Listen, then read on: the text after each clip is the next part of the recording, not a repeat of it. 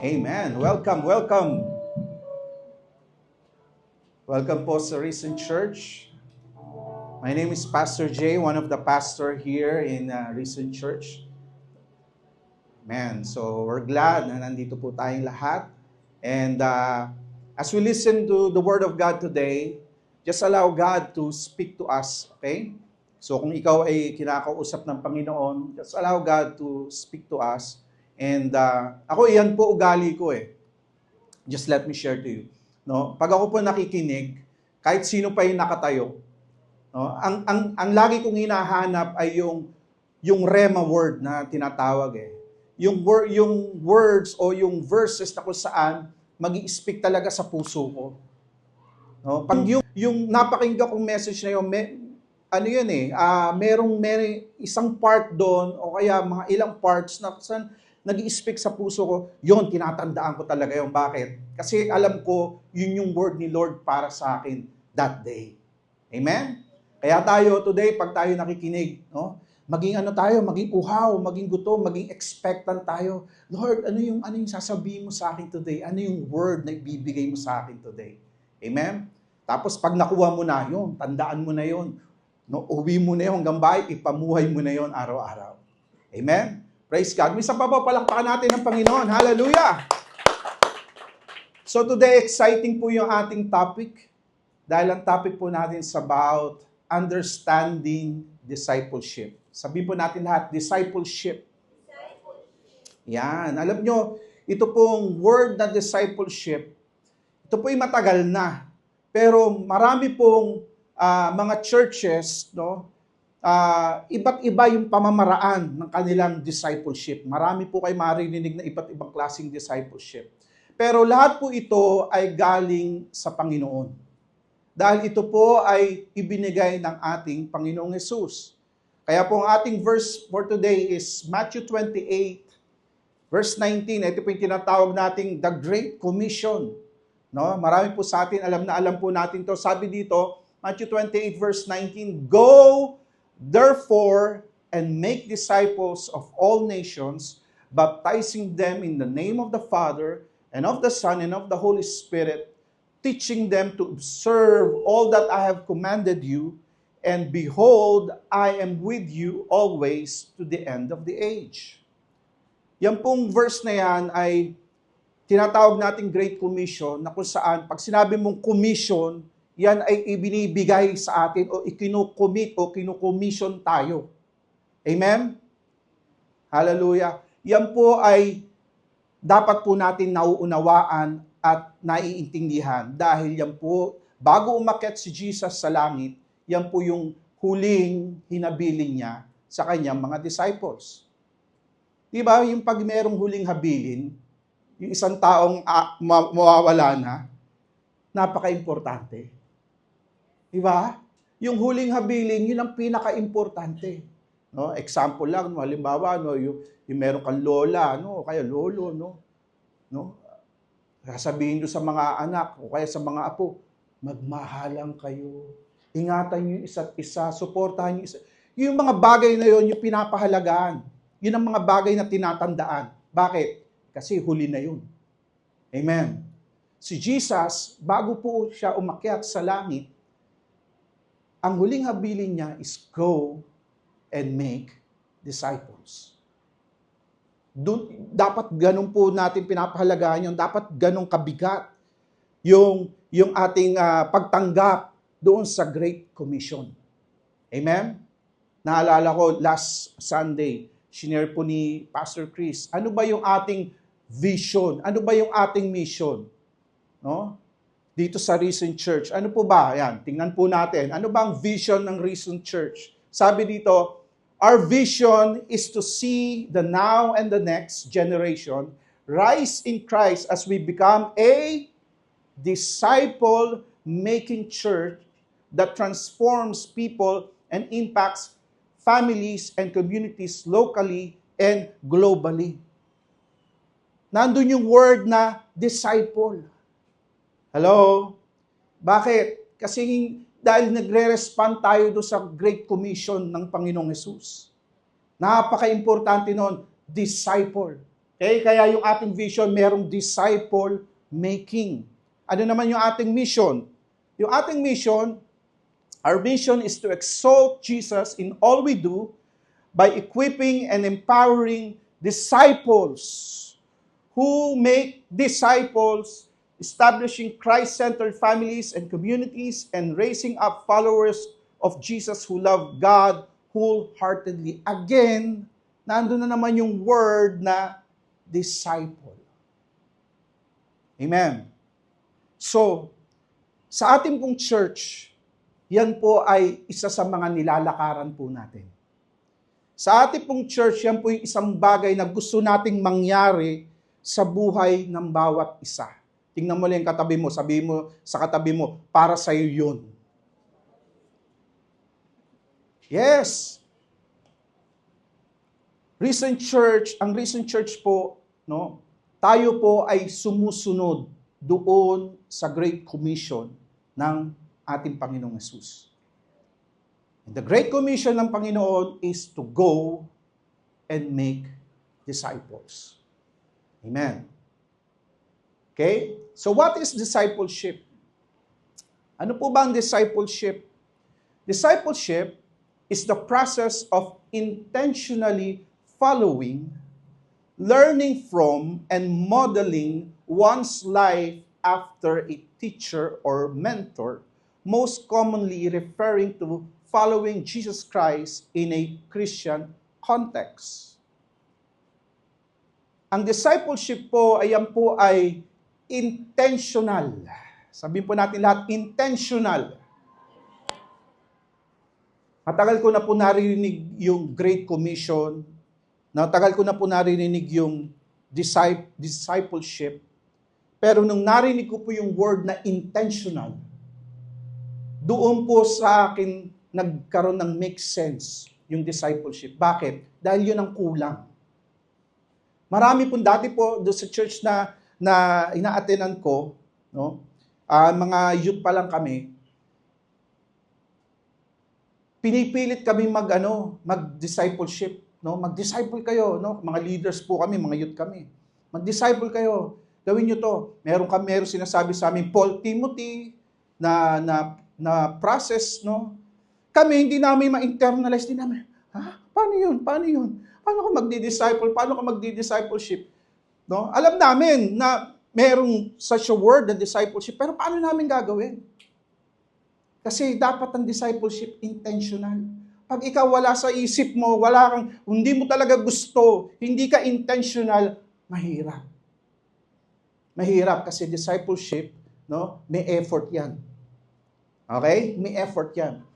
Intentionally following, learning from, and modeling one's life after a teacher or mentor. Pero ang ating pong standard, ang ating pong sinusunod, walang iba kundi ang ating Panginoong Hesus. Amen. Ang standard po, listen. Marami po kasing tao ng ganyan eh. Hindi kayo mabuti, maganda po ito.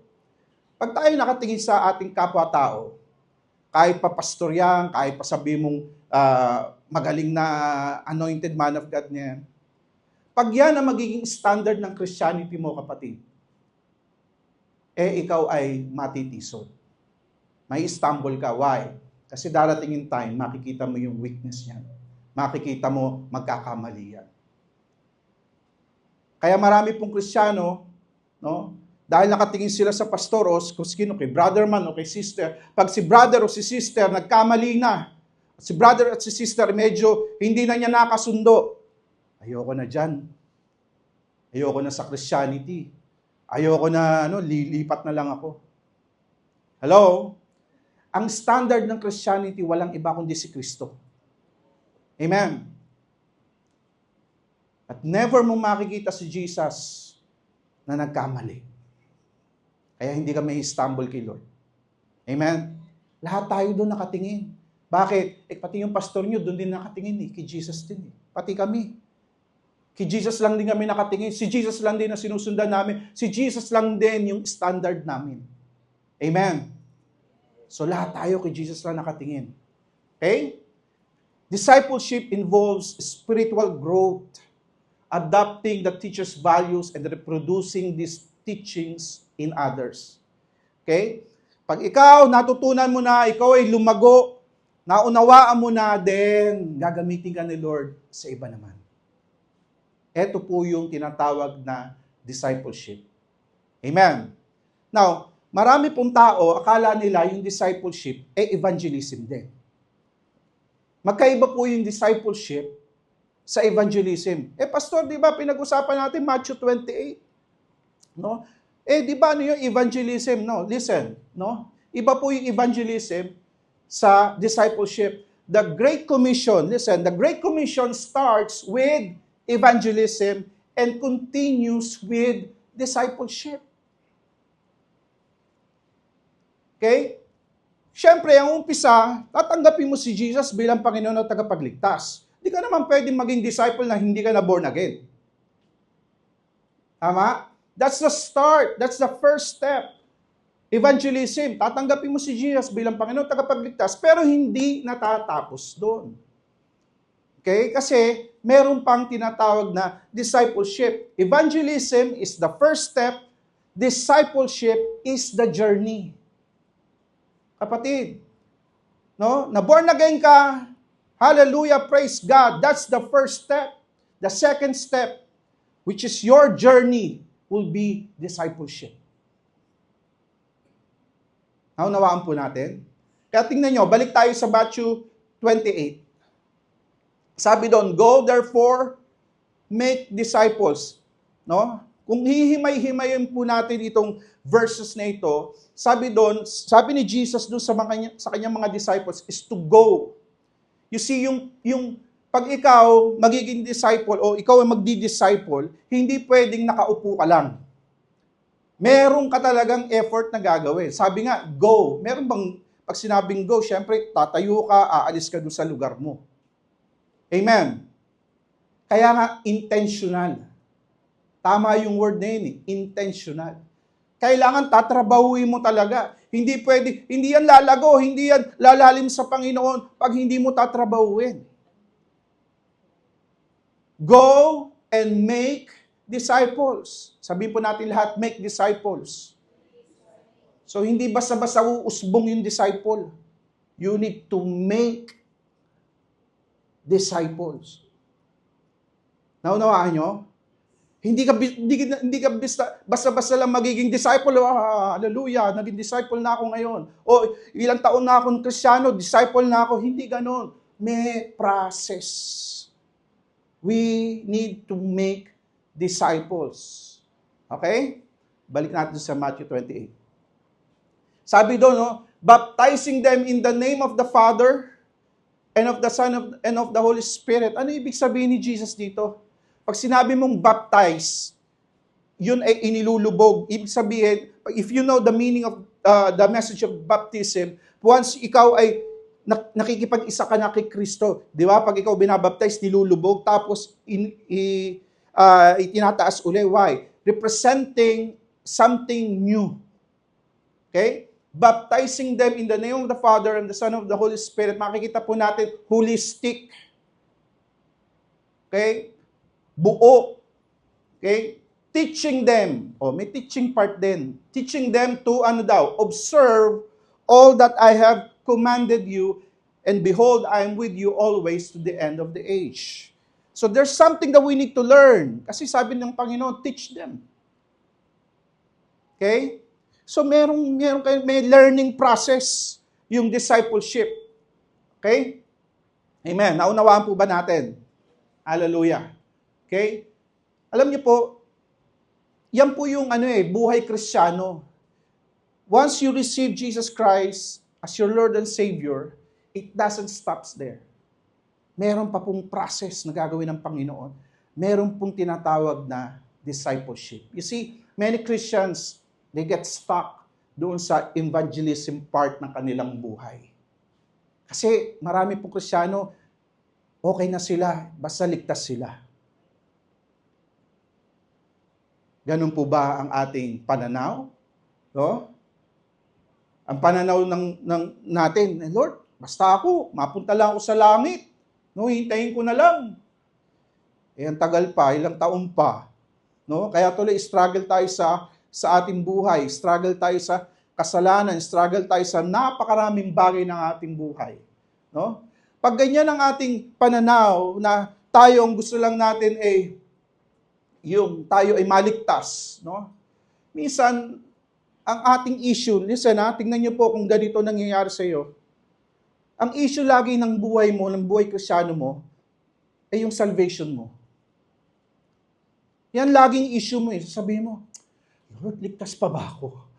Hindi ko alam. Born again pa ba ako? Kasi nagkasala na naman ako. Yun na naman ang ginawa ko. Lord, minsan ganyan kine-question mo kung ligtas ka Kine-question mo na, Lord, born again pa ba ako? Lord, sa langit pa ba ako mapupunta? Yan pa rin yung issue of salvation. Ang issue pa rin, no? Dahil ang gusto mo lang mapunta sa langit, no? Ang lagi mong issue sa iyo yung repentance. No, repentance na lang, yan na lang ang big issue sa iyo. Lord, patawarin mo ako. Bukas uli, Lord, patawarin mo ako. Hindi ko sinasabing mali na humingi ng tawad, pero minsan hindi na tayo makaalis doon. Repent. Alam niyo yung repent? Repent ngayon, bukas repeat. Tapos repent uli, tapos repeat.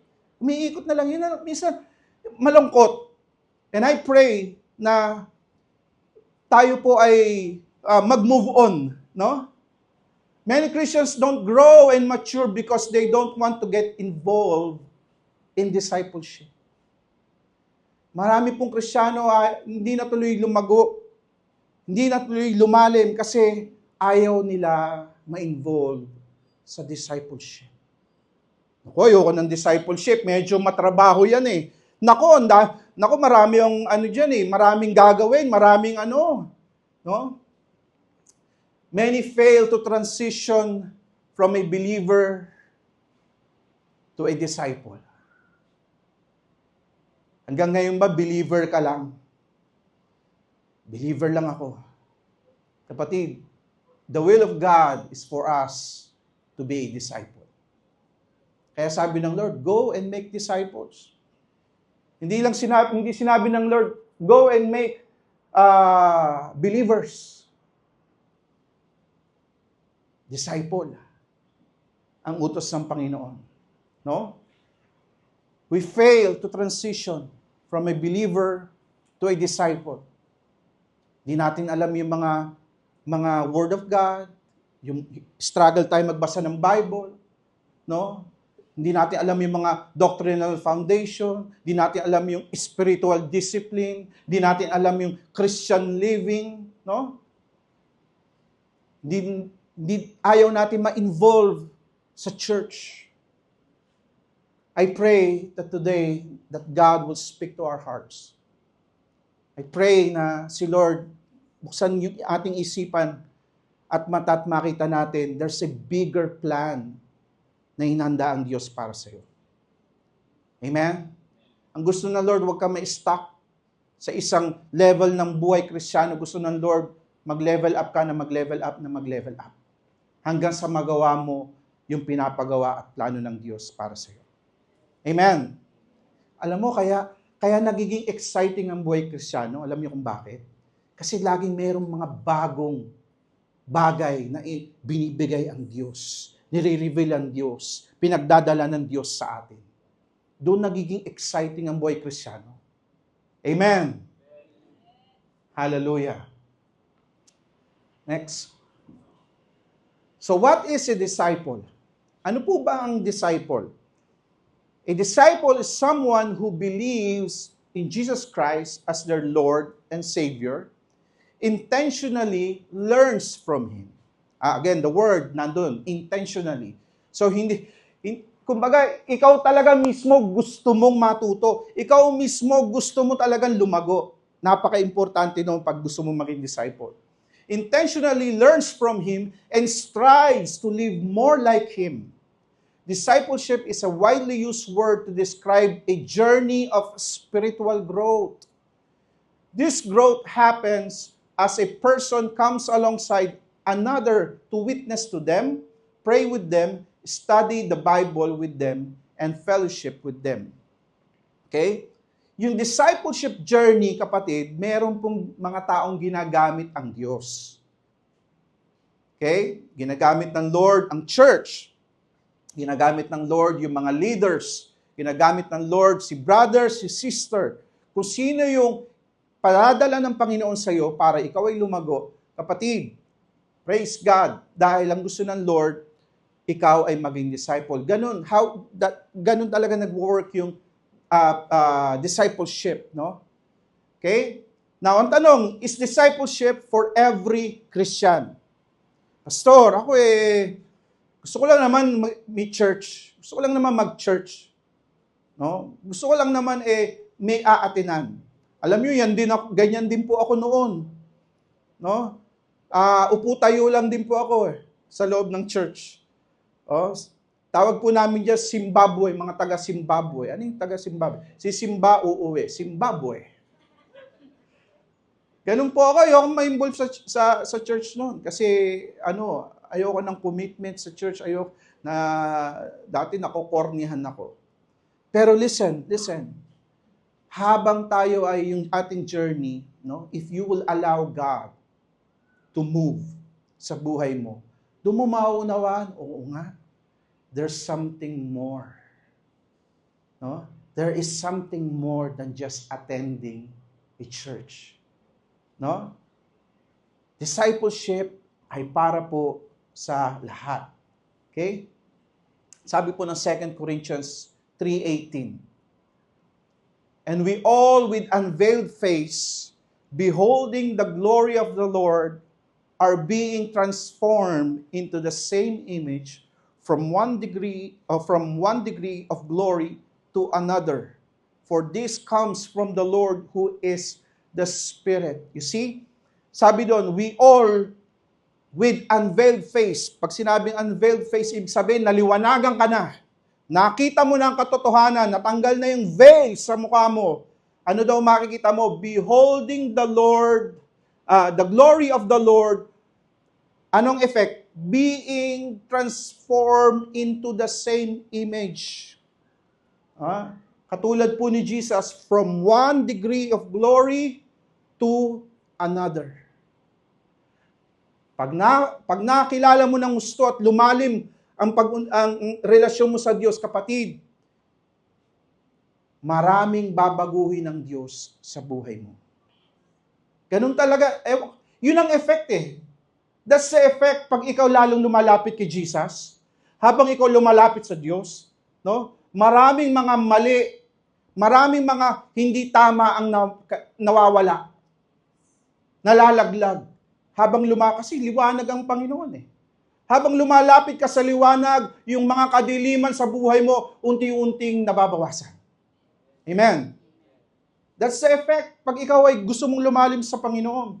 Ephesians chapter 4 verse 21 says, when you heard about Christ and were taught in Him in accordance with the truth that is in Jesus, you were taught with regard to your former way of life, to put off your old self, which is being corrupted by its deceitful desires, and to be made new in the attitude of your minds, and to put on the new self, created to be like God in true righteousness and holiness.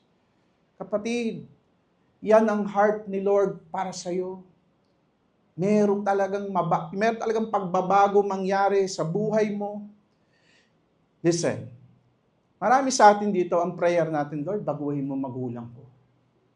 Lord, baguhin mo yung anak ko. Tigas ng ulo. Lord, baguhin mo yung kapatid ko. Lord, baguhin mo yung kapitbahay ko. Lord, baguhin mo yung kaibigan ko. Listen, hindi babaguhin ni Lord yun. Alam mo sino babaguhin ni Lord? Ikaw. Kasi inuuna ni Lord yung kanyang anak. Marami sa atin, para baguhin yung magulang, kapatid, anak natin, at kapitbahay at mga kaibigan natin, tayo ang uunahin ng Lord kasi tayo ang gagamitin ni Lord para sa kanila. Habang ikaw nagtatagal na hindi nagbabago ang buhay mo, nagtatagal din na hindi sila magbabago. Naunawaan po ninyo? Kasi ang plano ni Lord, ikaw ang gamitin para sa kanila. Ikaw sabi mo, ayoko nga. Ayoko magpabago. Matatagalan tayo, kapatid. Paikot-ikot lang kayo dyan. Amen. Sabi mo, sumurrender ka na kay Lord. Lord, sige Lord, baguhin mo na ako. Makikita mo, sasabihin ng mga magulang mo, sasabihin ng kapatid mo, sasabihin ng mga kaibigan mo, ano nangyari sa'yo? Bakit parang ang bait-bait mo? I like that. Ano yan? Ano kinain mo? Ano ba yung ina-apply mo? Bakit bumait ka? Sasabihin mo, si Jesus. Gusto ko rin yan. Tara, sama ka sa church. Amen. Minsan tayo lang hinahantay eh. No? Tumatagal lang dahil matigas ang ulo natin. Okay? Discipleship, kapatid. Kailangan natin yan. Amen?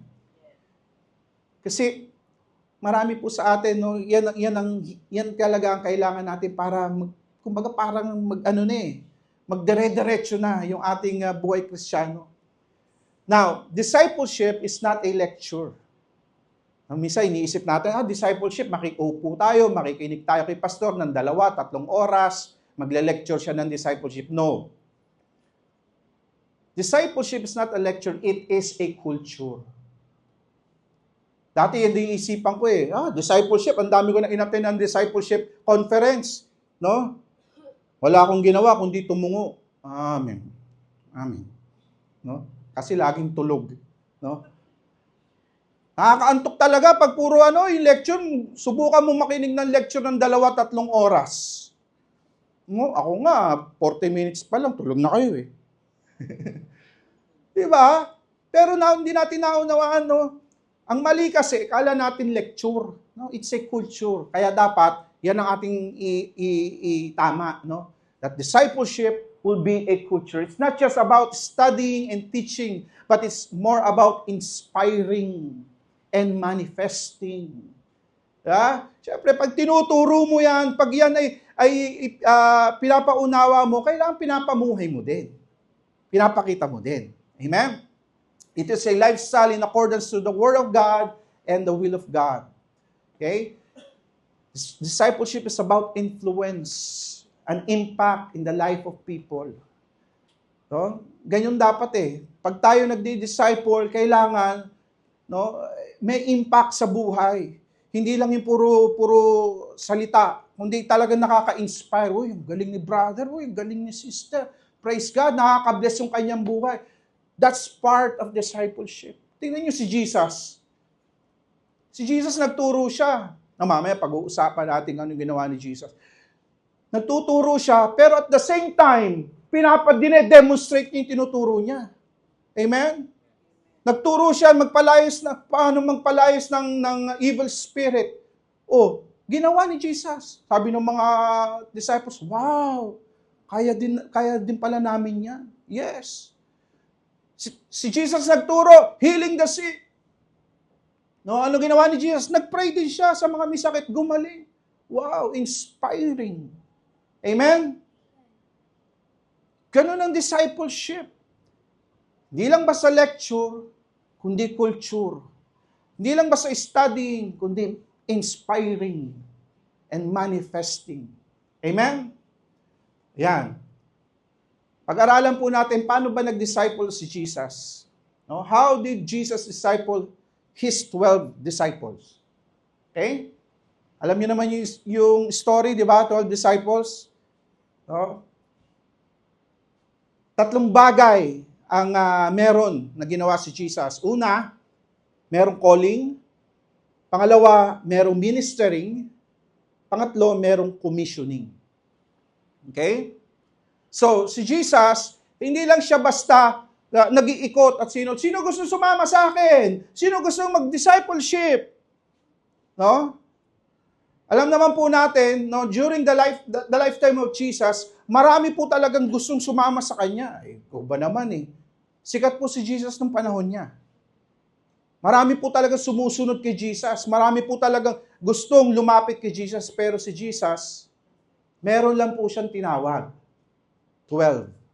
Amen? meron po siyang tinawag 12. At yung 12 na yon, no, hindi na nagpakipot yon. Sumama na yon. Sabi mo sa katabi mo, wag na tayong pakipot. No? Minsan tayo tinatawag na tayo ng Panginoon. Gusto na ng Diyos kumilos sa buhay mo. Nagpapakipot pa tayo. Kasi Lord, ayoko pa, hindi ko pa oras. Diba? Kapatid, sayang ang panahon. Marami na sanang ginawa ang Diyos sa buhay mo. Malayo na sana narating. No? Pero dahil hanggang ngayon, nagpapalusot ka pa rin, Lord, di ako pwede, busy ako. Tumatagal, kapatid. Maraming opportunities ang nasasayang. Maraming tao sana ang na-bless na at na-convert na through you. Pero, okay? So, calling. Tinawag niya. Tinawag niya yung kanyang mga disciples. So, merong identification.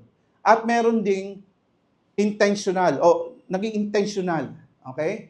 So, meron ding response. Now, in ministering, no, alam nyo, 3 years. 3 years po si Jesus nag-minister sa kanyang mga disciples. In the span of 3 years, si Jesus po araw-araw nagtuturo sa kanila. In the span of 3 years, araw-araw kasama nila si Jesus kumain, matulog. No? Nakita nila yung ups and downs ni Jesus lahat. Wala pong tinatago. Amen. Si Jesus po, nag-minister po siya, meron pong constant fellowship. Sa discipleship, importante yung constant fellowship. Kaya alam nyo, ako natutuwa dito po sa ating church, isa po yan sa ating mga anointing. Ano yun?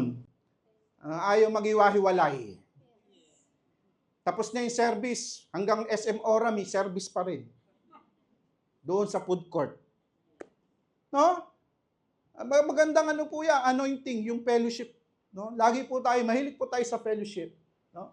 In the span of 3 years, nagturo si Jesus, in the span of 3 years, nakita nila, si Jesus, nirebuke sila, kinorek sila, no? At in-inspire sila, no?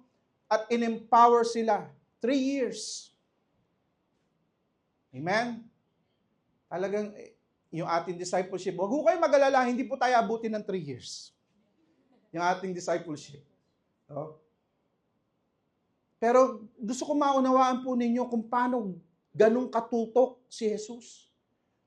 Gusto ko maunawaan nyo paano si Jesus devoted siya doon sa kanyang mga disciples. I mean, wala siyang kumbaga, lahat ipinore out niya sa kanyang mga disciples. Hindi na nga sila nag-iwahiwalay. At yung pangatlo, commissioning. Alam naman po natin ito, pagkatapos niyang turuan yung kanyang mga disciples, no, in-enable niya, and then, pinuspos siya ng Holy Spirit, and then sinend off na niya para po gawin yung Great Commission. Okay? So, yun din yung assignment natin. This process of discipleship, yung process ni Jesus na yun, okay, continues up to our generation. Listen, makinig kayo mabuti. Alam mo bakit tayo nandito? Bakit may Risen Church? Bakit ka nakaupo dyan? Kasi sumunod yung mga disciples doon sa Great Commission. Paano ko sinabi ng 12 disciples, wala na si Jesus, umakit na sa langit, tara, uwian na. Kanya-kanya na tayo. Abi, wala tayo lahat dito. Tama? Bakit pagdating sa ating ihinto natin yung ganun? Sasabihin natin, tapos wala naman yun, noong pa yung panahon nila Pedro at nila Juan yan. Huwag na tayong mag-discipleship. Kapatid, kailangan magdire-diretso pa. Bakit? Marami pang generation na naghihintay. Amen? I pray hindi matigil sa atin yung inumpisahan ni Jesus. Ipagpatuloy po natin. Amen? Hallelujah. John 8:31 says, so Jesus said to the Jews who had believed him, if you abide in my word, you are truly my disciples. And you will know the truth, and the truth will set you free. You see, the word of God plays a big role in discipleship. Hindi lang siya puro fellowship, kailangan po may Word of God. Listen, masaya po yung fellowship kailangan po natin yan. Pero yung fellowship na walang Word of God, no, masaya lang, wala namang natutunan. Hindi naman lumago. Amen. Sabi nung pastor ko sa akin dati, yung pastor namin ni Pastor Christian, yung aming first church. Sabi sa akin ng pastor ko sa akin, sabi niya, ako, wala akong nakasamang tao. Ang ugali kasi niya, lahat ng tao na nakasama niya, kahit sino pa yan, lagit-lagi, meron siyang iniiwan na lesson or impact sa tao na yun. Word man yan, a word of encouragement man yan, o something na kung saan ay mabe-bless yung tao.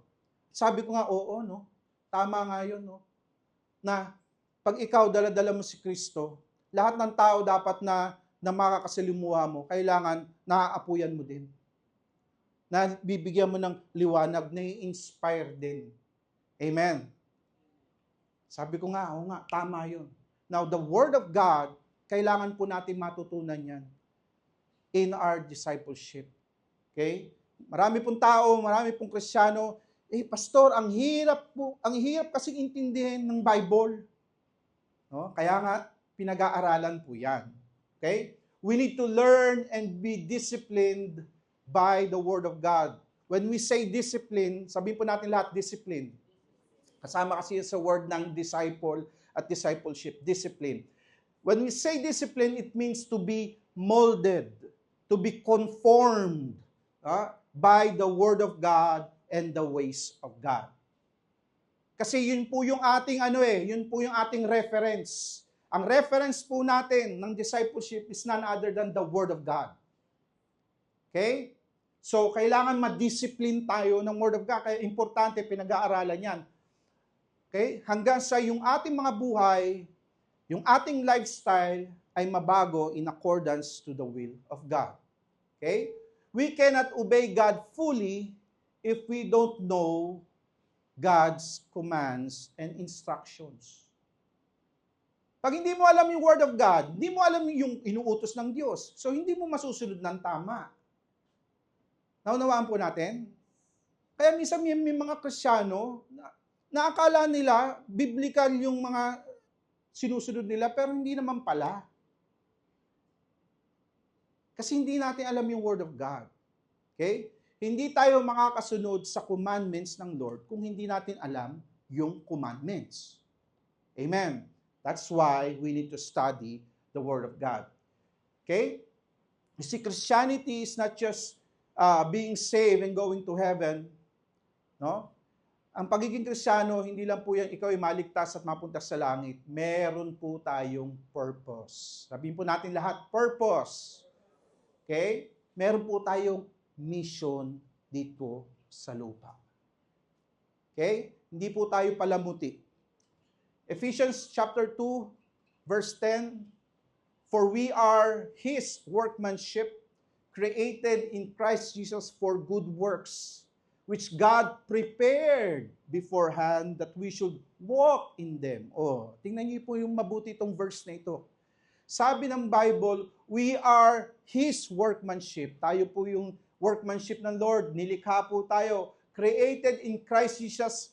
Para saan? Para maligtas lang? No. For, tingnan nyo, ano nakalagay? For good works. Aba, nilikha pala tayo dito dahil meron pong pagagawa si Lord. Sabi dito, which God prepared beforehand that we should walk in them. Yung pala, kapatid, may mission ka, may purpose ka dito sa lupa. Amen? So, through discipleship, maunawaan natin yan. Okay? Ano ba yung mission ko? Ano ba yung purpose ko dito sa lupa?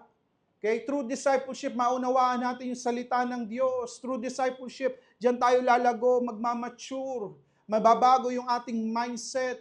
Through discipleship, diyan po tayo makapaglingkod ng mas malalim para sa Panginoon. Amen?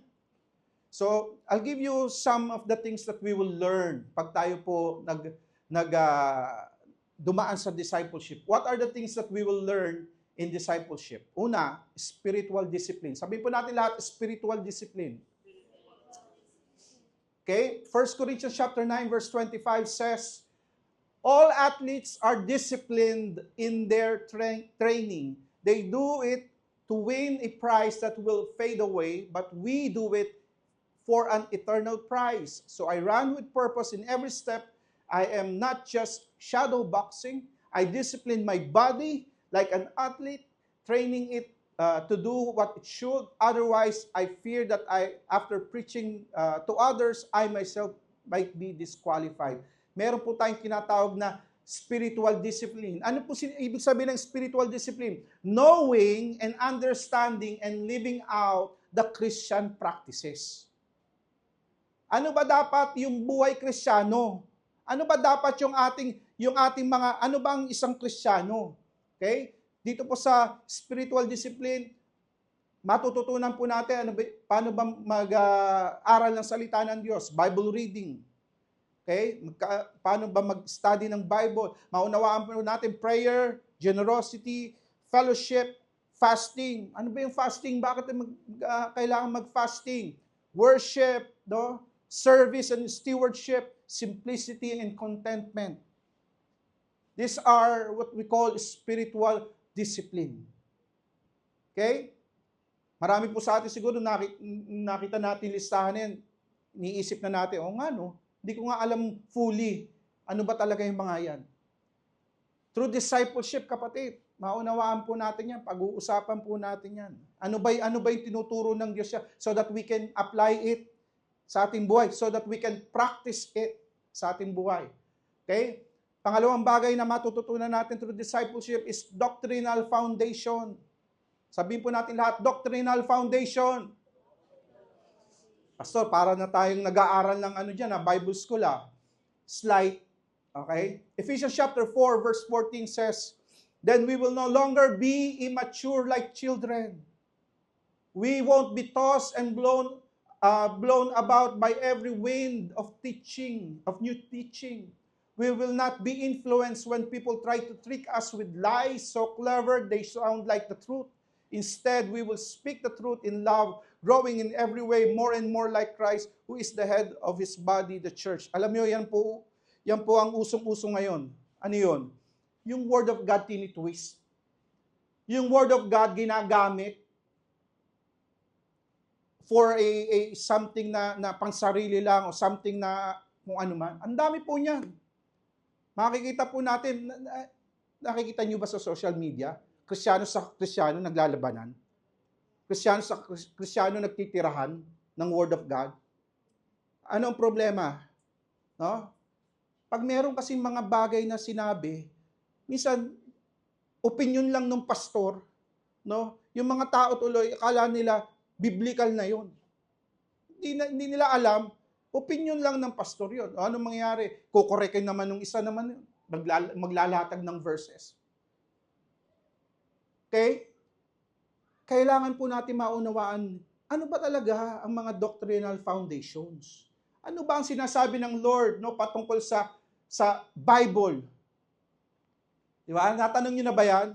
Ang daming iba't ibang version. Ano ba ang tamang version? Mahabang usapin yan. No? Paano ba nagkaroon Bible? Accurate ba yan? Kasi may maririnig kayo. Ba't tayo makikinig sa Bible? Gawa lang ng tao yan. Alam niyo ba yung history ng Bible? Paano nabuo yan? Okay? Pag-uusapan yan. Ano pa? About God, about Jesus and the Holy Spirit, in Trinity. Paano nangyaring si God the Father, tapos Jesus, tapos Holy Spirit, iisa. Paano nangyari yun? No? Paano nangyari yun? Masyadong mahirap unawain. Doctrinal foundation. Salvation. No? Ang daming tao sasabi, magpakabait ka lang. Hindi, gawin mo lang to, maliligtas ka. Ngayon, ang daming usong pamamaraan ng salvation. Ano ba talaga ang kaligtasan? Ano ba yung binigay talaga ni Jesus? Yan, mga doctrinal foundation. About the church, no? Paano natin masasabi na itong Risen Church ay talagang ito yung church na galing sa Panginoong Yesus? Na talagang original na tamang church. No? Kailangan, you must trace it back. Ano ba yung history? Amen? No? Kasi marami nagke-claim, nauna kami. No? Magulo yan. Okay? So, marami pong mga doctrinal foundation na kailangan po pag-usapan. Okay? Yan. End times, no? Ano ba mangyayari sa end times? Pag-uusapan po yan, doctrinal foundation. Ano pa? Last, Christian living. Okay? Last is Christian living. Sabi ng Romans 12 verse 1, I appeal to you therefore, brothers, by mercy of God, to present your bodies as living sacrifice, holy and acceptable to God, which is your spiritual worship. Do not conform to this world, but be transformed by the renewal of your mind, by testing what you may discern that is what the will of God, what is good and acceptable, perfect. Okay? Paano ba ang buhay Kristiyano? Okay? Ano ba yung lifestyle natin? Yung ating pamumuhay araw-araw? No? Ano ba yung holiness? Ano ba yung righteousness? No? Paano ba tayo mamuhay bilang Kristiyano sa workplace, sa ating pamilya, sa ating mga kamag-anak, sa ating community? Paano ba ang pamumuhay Kristiyano? Okay? Ano ba yung mamuhay in the Spirit? No? Paano ba yun? No? Kasi may sinasabi ang Bible, we must live in the Spirit. Okay? Paano ba yung daily devotion? Ano ba yung obedience? Ano ba yung integrity? Okay? These are some examples na through discipleship, maunawaan po natin. Di ba nakita nyo? Yung dami ng listahan na yon, marami sa atin, iniisip nga, yun talaga yung laman ng isip natin, sinasabi natin, o nga no, paano nga ba yun? O nga no, ano ba yung mga bagay na yun? Amen? So marami pong mga gustong ituro ang Diyos sa atin. Para ano? Para maging mature tayo. Para maging matatag tayo. Okay? Ano ba ang purpose of discipleship? To know God deeply. Number 2 is to grow and mature in faith. Number 3 is to accomplish our God-given assignment. Kung titingnan nyo po, itong tatlo na ito, konektado po yan. Kasi when you know God deeply, pag naunawaan mo at nakilala mo ang Diyos ng mas malalim, magkakaroon ka ng mas malalim na relasyon sa Diyos. Amen? Kasi nakilala mo, oh Lord, ganito pala si Lord. So magkakaroon ka ngayon ng mas malalim na relasyon. Pag ikaw nagkaroon ng mas malalim na relasyon sa Diyos, ano mangyayari sa'yo? Ikaw ay lalalim at magmamature bilang isang Kristiyano. Amen? Pag ikaw naglumalim at nagmature bilang isang Kristiyano, may iba ang perspective mo at mindset mo sa maraming bagay. Okay? At pag naiba na ang mindset mo at na-realize mo na ang mga bagay-bagay, na iba na ang perspective mo, ito maunawaan mo kapatid, you will realize that your life is not just about yourself. That you have a purpose in this world. Hello? Habang tayo ay lumalapit sa Diyos, lumalalim sa Diyos, nagbabago tayo, naiiba yung pananaw natin sa buhay. At doon natin naunawaan, ito pala yung pagkatawag sa akin ng Panginoon, bakit ako nabuhay dito. Siguro marami sa atin dito, tanong natin, Lord, bakit ba ako nabuhay? Bakit ako nandito? Kapatid, maunawa, listen, yan yung biggest question. What is life? What is the meaning of life? Kung gusto mo malaman ng meaning of life para sa'yo, lumapit ka doon sa nagbigay ng buhay sa'yo. Walang iba kundi ang Diyos. Amen? Doon mo lang maunawaan ano ba yung meaning eh. Bakit ikaw yan? Bakit ikaw nandyan? Kasi si Lord ang naglagay sa'yo dyan. Lumapit ka, magpakalalim ka sa Diyos. Amen? Maunawaan mo. Hallelujah.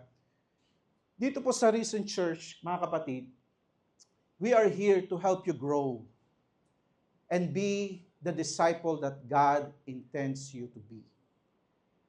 Our heart, mga leaders, mga pastors, sabi nga natin yung vision and mission, no? Gusto po namin kayo maging disciple. Amen? kung gusto mo maging disciple, no, meron po tayong tinatawag na discipleship program dito sa church. Ito pong tinuturo natin ito, kapatid. Meron po tayong nakahanda na discipleship program for everyone. Okay? And we are inviting you to be part of this discipleship. Okay? Alam nyo, meron pong mga pathways of discipleship tayo. Okay? Pero meron pong mga bagay na kailangan po nating step by step na ating pong daanan. Unang-una is, you need a church family. Sabihin po natin lahat, church family. If Risen Church will be your church family, we will be very glad to disciple you. Amen? But first, you need to entrust us, no? Na kaya namin kayong i-disciple. Yan ang unang-unang step a church family. Sa church family, mga kapatid, no, magkakaroon tayo ng mga fellowship. Meron po tayong mga ilang programs para ikaw ay talagang, kumbaga meron tayong tinatawag na fellowship day. Yan. Sa fellowship day, kung kayo pa hindi pa nakaka-attend, we are encouraging each and every one na maging part ng fellowship day. Ano po meron sa fellowship day? Diyan po namin ine-explain at pinapresent sa inyo what is Risen Church. Okay? Meron po tayong tinatawag na, yan po, yung fellowship day na nagawa na po natin yan. Meron din po tayong tinatawag na Journey of Empowerment o yung JOE. Okay? Nung last Thursday, tayo po nag-conduct ng ating first JOE para po dito sa Risen Church. Exciting. Sino po yung nandun sa JOE? Taas ang kamay. Palakpakan po natin mga nag-JOE. Mga graduate ng JOE. Journey of Empowerment. Ano po yan, Pastor? Gusto po namin kayong maihanda para po doon sa kumbaga, mga pagagawa ng Panginoon. Okay? So, meron po tayong JOE, yan, mga graduate. Okay? Yun po. Okay? Secondly, dito sa ating pathway nito, kailangan po natin, you need someone to disciple you.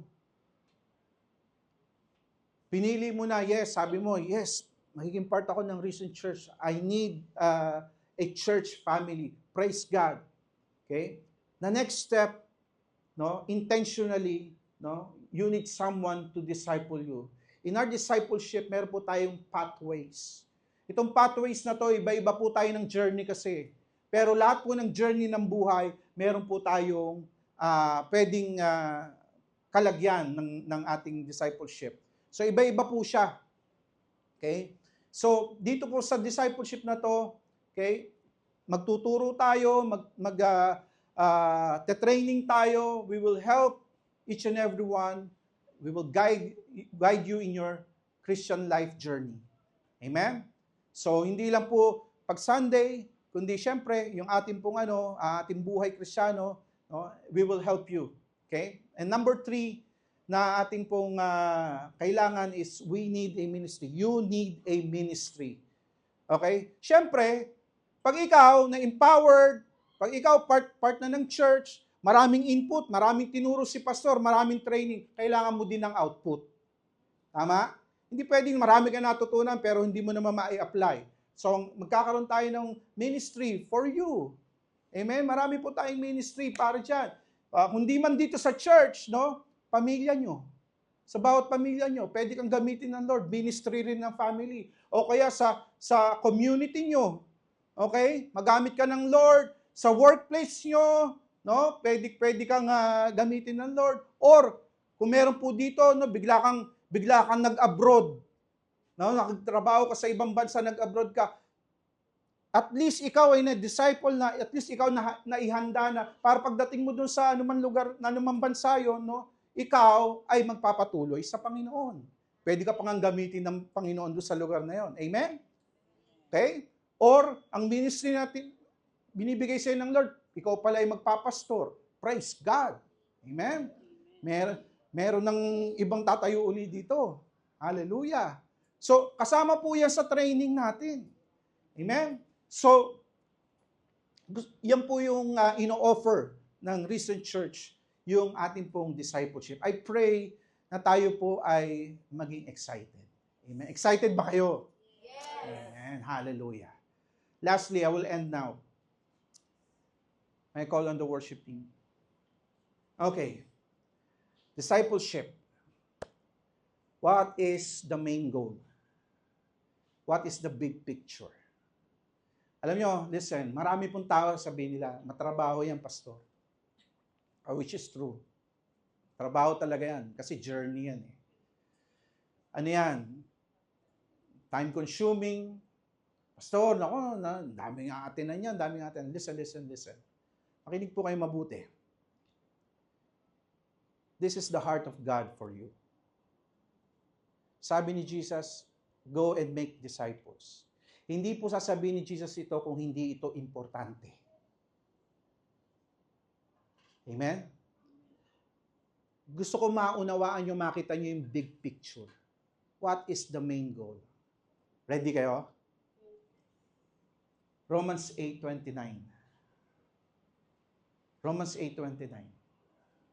For those whom He foreknew, He also predestined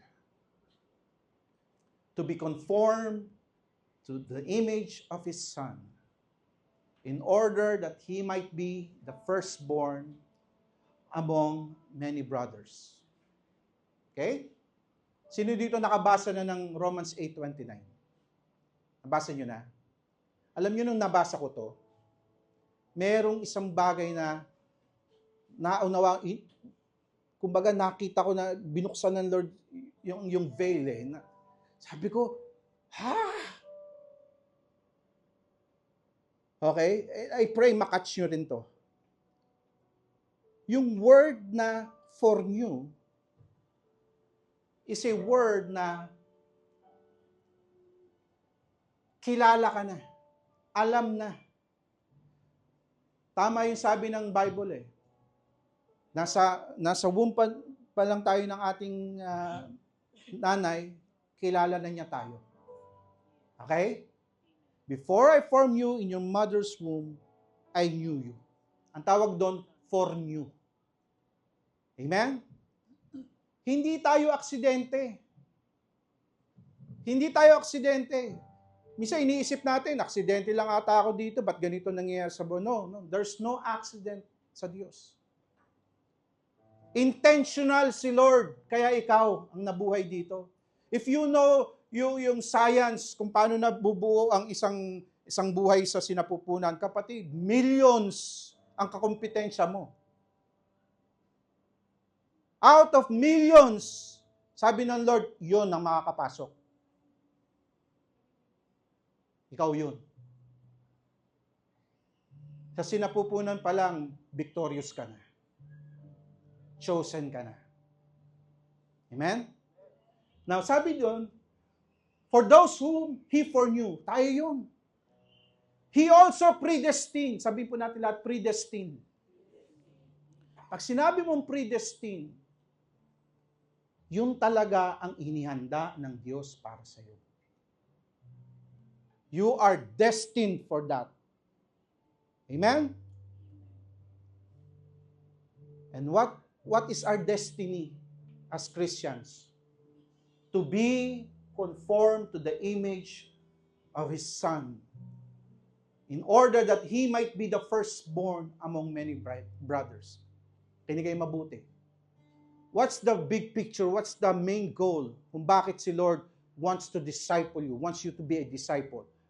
Christ-likeness. Sabihin po natin lahat, Christ-likeness. Yun eh. Kilala ka ni Lord noon pa, inihanda ka ni Lord noon pa, at ang gusto ng Diyos talaga sa'yo, maging kawangis at katulad ni Kristo.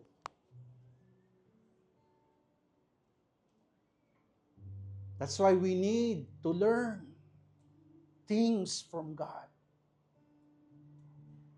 Hindi tayo nabuhay lang dito tapos mamamatay, uuwi sa langit. Kapatid, merong mission, may purpose. Ganun si Kristo eh. Hindi siya nabuhay dito. Basta-basta lang. Alam niya kung bakit siya nabuhay sa lupa. 3 bagay, kapatid. Anong Christ-likeness ang gusto ng Diyos meron tayo? Christ-likeness, unang-una, in our relationship with God. Kung paano yung relasyon ni Kristo at sa kanyang Ama, ganun din. Ano yung relasyon na yun ni meron si Kristo sa kanyang Ama? Secured yung relationship. Listen, na-experience mo ba yung iinit, lalamig ka? Ngayon, born again ka. Bukas, hindi na. Minsan iniisip mo, Lord, mahal mo pa ba ako? Lord, okay pa ba ako? Lord, ligtas pa ba ako?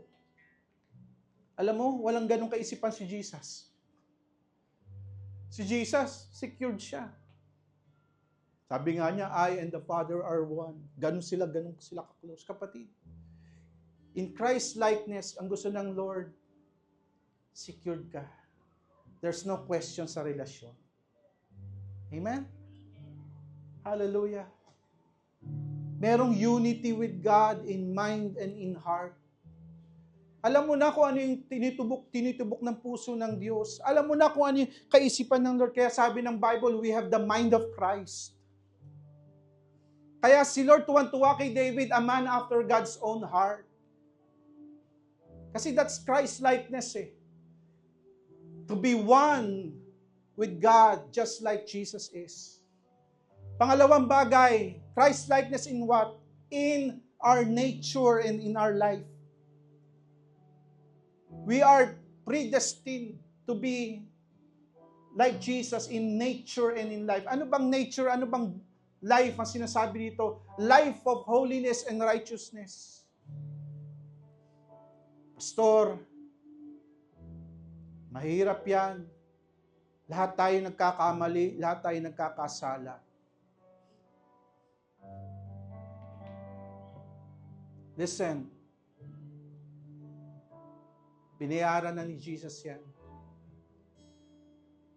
Mag-focus ka doon sa, alam niyo kasi yung problema, nakafocus tayo doon sa pagkakamali at pagkakasala. Hindi tayo nakafocus doon sa tagumpay laban sa kasalanan. Mas nakafocus tayo, magkakamali na naman ako, magkakasala na naman ako.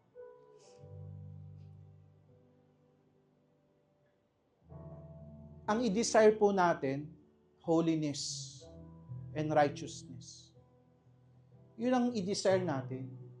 Wag natin i-desire na yung magkakamali na naman ako, kakasala. Yes, alam ko naman walang perfect sa atin eh. Kakamali at nagkakasala. Pero kapatid, wag mong alisin sa puso mo. Wag mong alisin sa puso mo na kaya mo at pwede through His grace and power na mamuhay ka na may kabanalan at katuwiran. Amen? Kasi hindi sasabihin ng Bible na be holy for I am holy kung yung imposible yun. Diba? Meron pa nga mas matindi. Be perfect for I am perfect, sabi ng Diyos. Now, hindi natin didiscuss yung mahaba yun. Pero what I'm saying is, baguhin mo yung focus mo. Baka naman lagi ka nakafocus sa pagkakamali at mahuhulog ka palagi. Mag-focus ka naman sa triumph and victory over sin. Amen? Si Jesus, tinukso din naman yan eh. Si Jesus nga mismo, si Satanas na kumakausap sa kanya eh. Napagtagumpayan naman eh. Amen? Be like Jesus. Lastly, Christ-likeness in mission and purpose from God. Okay? Kailangan marunong tayong makinig sa Diyos. Marunong tayong sumunod sa Diyos. Dapat ang pinaglilingkuran natin si Lord just like Jesus. No? Si Jesus, purpose niya, yung mission niya, alam niya sa Panginoon. Amen. One thing I realized dito sa Romans 8 na ito, something na sabi ko, nga Lord, I will aim na mangyari sa buhay ko itong Romans 8 na ito. Why? Kasi, pag sinabi mong predestined, yun at yun talaga ang mangyayari dapat sa buhay mo. To be just like Jesus. Ngayon, pag ang buhay Kristiyano mo ay hindi doon papunta, then there is something wrong sa tinatahak mong buhay. Nagets nyo? Kasi sabi, for those whom He foreknew, He also predestined to be conformed in the likeness of Jesus. So kung ako pinredestined ng Lord, yun talaga ang kalooban niya, yun, doon talaga ako papunta. Pag hindi pala ako doon papunta, ibig sabihin there's something wrong sa buhay Kristiyano ko. Nagets nyo? So, aim for that. Kasi yun ang kalooban ng Diyos, Christ likeness. Amen? We cannot disciple ourselves, kapatid. Di mo pwedeng sabihin, Pastor, magbabasa na lang ako ng Bible. Pastor, mag-ano na lang ako, magkukulong ako sa kwarto, magpe-pray ako na magpe-pray. You need someone to disciple you.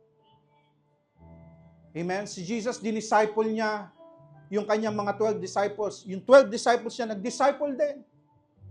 That's how it goes. That's the process.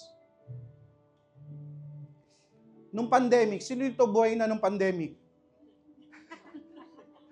Nakakasihan eh. Alam niyo nung pandemic, walang church. Bawal magsama-sama. Tama? Bawal nga lumabas ng bahay eh. Alam mo, isang bagay na na-realize ko during the pandemic, listen, sabi ko, Lord, pandemic pa lang to. Wala pang tatakan ng 666. Hindi pa hinahunting yung mga Kristiyano para pugutan ng ulo, patayin. Pandemic pa lang to. Di na kami makapag-church. Di makapag-fellowship, kanya-kanya na. Paano kung hindi ka malalim? Ano mangyayari sa'yo? Paano kung pinagbabawal na ng gobyerno ang church? At lahat ng Kristiyano pupugutan ng ulo. Alam naman po natin, basahin nyo in the last days. Revelations. Hindi naman pabuti, hindi naman paganda, pasama pa talaga. Palala pa. Paano kung bawal na tayo magkita-kita? Paano kung hindi mo na pwedeng kausapin si pastor at nagtatago kasi hinuhulihin siya? Paano kung hindi ka na disciple? Sabihin mo, wala na, backslide na uli ako. Wala nang church eh. Hindi na ako masesermonan ni pastor, hindi na ako mape-fellowship ni pastor. Ganun ka-importante yung discipleship. Ganyan yung buhay ng mga disciple. Inuusig sila nung panahon ng Roman rule. Pinagpapatay sila tinatali, pinagpapatay ang mga Kristiyano. Nahinto ba? Hindi. Bakit? Kasi pinagpatuloy nila yung pagdidisciple. Hanggang kamatayan to, sabi nila. Totoo, namatay sila. Sabi ko nung during pandemic, sabi ko, Lord, oo nga no, pandemic pa lang to. Wala pa dito talaga yung mas matindi at mas malala. Kailangan po talaga ng mga Kristiyano na lumalim, maging disciple. Kahit nag-iisa tayo, kaya natin magbasa ng Bible, kaya natin mag-share, kaya natin mag-worship, kaya natin talagang gawin yung mga pinapagawa ng Panginoon, kaya natin maranasan ng Diyos. Pwede tayong gamitin pa ng Panginoon. We need this. We need this. Amen.